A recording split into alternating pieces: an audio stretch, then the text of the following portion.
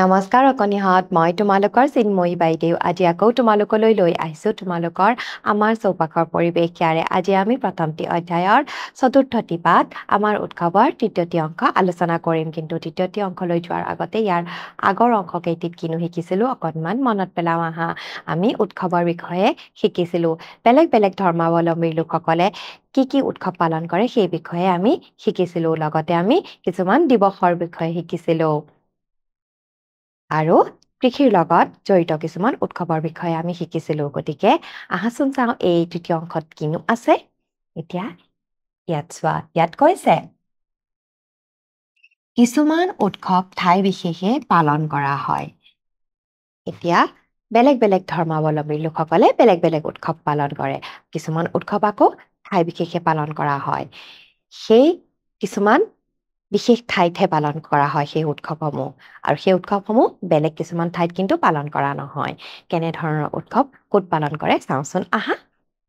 মৰিগাঁও জিলাৰ জাগিৰোডৰ ওচৰত জোনবিল নামৰ এখন বিল আছে এইয়া যে জোনবিল নামৰ বিলখন এইখন আছে মৰিগাঁৱৰ জাগিৰোডত গতিকে এই জোনবিল নামৰ এই বিলখনত যি উৎসৱ পালন কৰে সেই উৎসৱ কিন্তু বেলেগ কোনো ঠাইতে পালন কৰা নহয় এতিয়া হাচন চাওঁ কিনো উৎসৱ এই বিলৰ পাৰত তিৱা লোকসকলে মাঘৰ উৰুকাৰ পাছৰ বৃহস্পতিবাৰৰ পৰা আৰম্ভ কৰি একেৰাহে 3 দিন ধৰি এখন মেলা পাতে এয়া চোৱাচোন সেই মৰিগাঁও জিলাৰ জাগিৰোড ঠাইখনৰ জোনবিল নামৰ সেই বিলখনৰ ওচৰে পাজৰে তিৱা লোকসকলে মাঘ বিহুৰ উৰুকাৰ পিছৰ বৃহস্পতিবাৰৰ পৰা 3 দিনীয়াকৈ এখন মেলা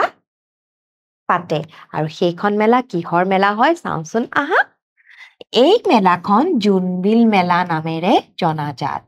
এই মেলালৈ লোকসকলে বিভিন্ন কৃষিজাত আৰু ঘৰুৱাভাৱে উৎপাদিত সামগ্ৰী লৈ আহে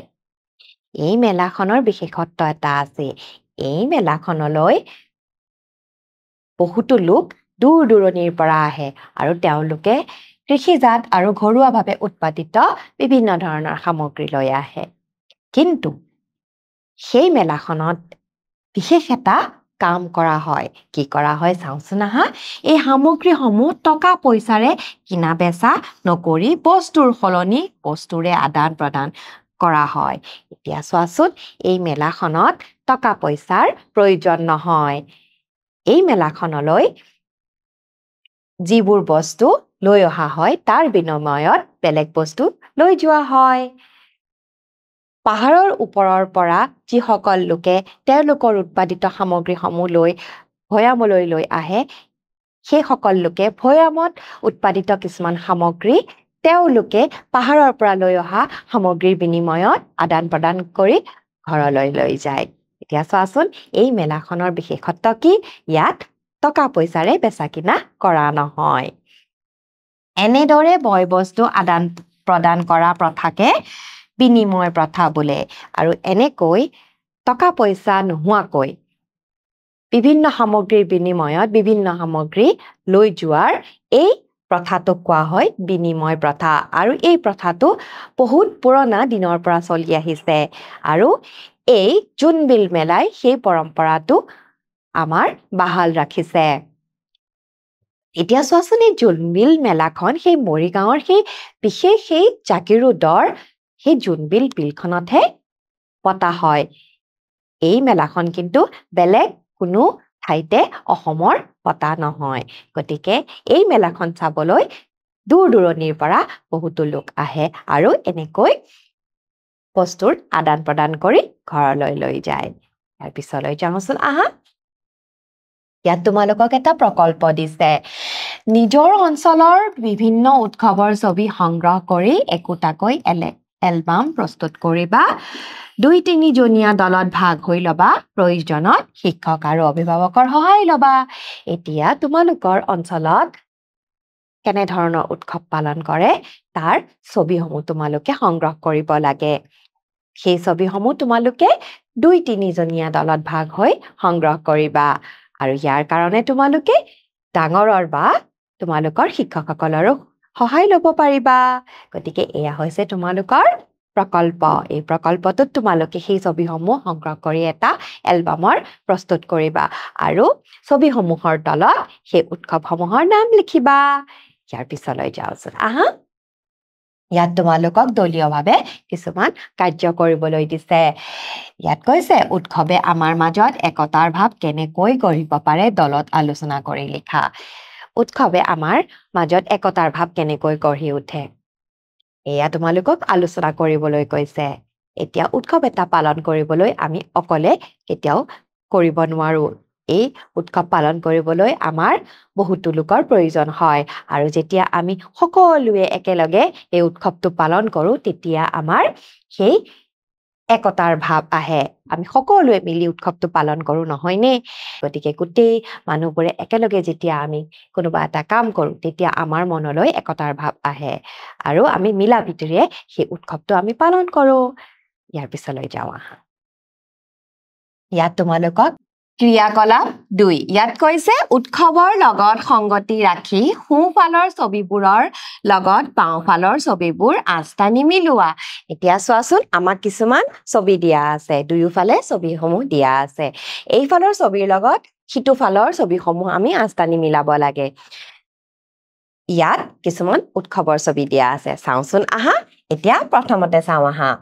এয়া কিহৰ ছবি যেন লাগিছে বাৰু হয় চাকি জ্বলি আছে তাৰ মানে এয়া কিহৰ ছবি দেৱালীৰ ছবি আৰু দেৱালী আহিলে আমি কি কৰো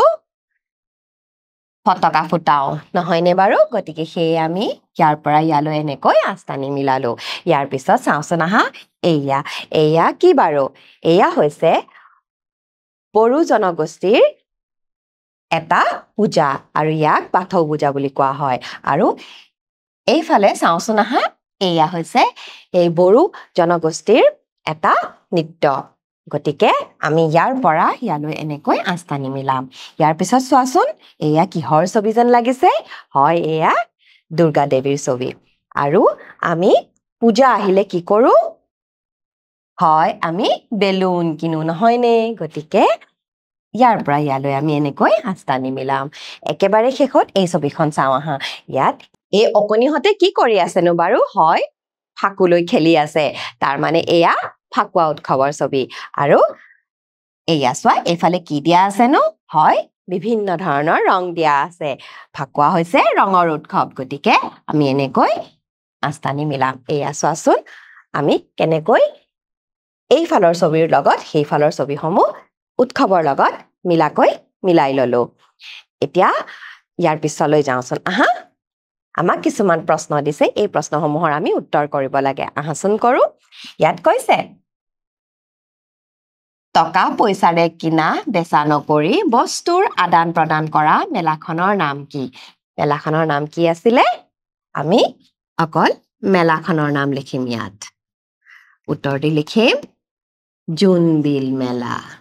নহয়নে বাৰু জোনবিল মেলা এতিয়া ইয়াৰ পিছলৈ যাওঁচোন আহা আৰু এটা প্ৰশ্ন দিয়া আছে ইয়াত কৈছে জোনবিল মেলাখন কোনে অনুষ্ঠিত কৰে বড়োসকলে কৰে নে তিৱাসকলে কৰে হয় জোনবিল মেলাখন এই তিৱা জনগোষ্ঠীৰ লোকসকলে অনুষ্ঠিত কৰে গতিকে মৰমৰ অকণিহঁত আমি আজি মৰিগাঁৱৰ জাগিৰোড নামৰ ঠাইখনত অনুষ্ঠিত হোৱা জোনবিল মেলাৰ বিষয়ে আমি জানিব পাৰিলো এই মেলাখনত টকা পইচাৰ সলনি বিভিন্ন বস্তুৰ আদান প্ৰদানেৰে এই মেলাখন অনুষ্ঠিত কৰা হয় গতিকে মৰমৰ অকণিহঁত আজিৰ এই অংশটো মই ইমানতে অন্ত পেলাইছো পৰৱৰ্তী অংশলৈ পুনৰবাৰ তোমালোকৰ লগত উপস্থিত হ'ম আজিৰ কাৰণে আহিছো নমস্কাৰ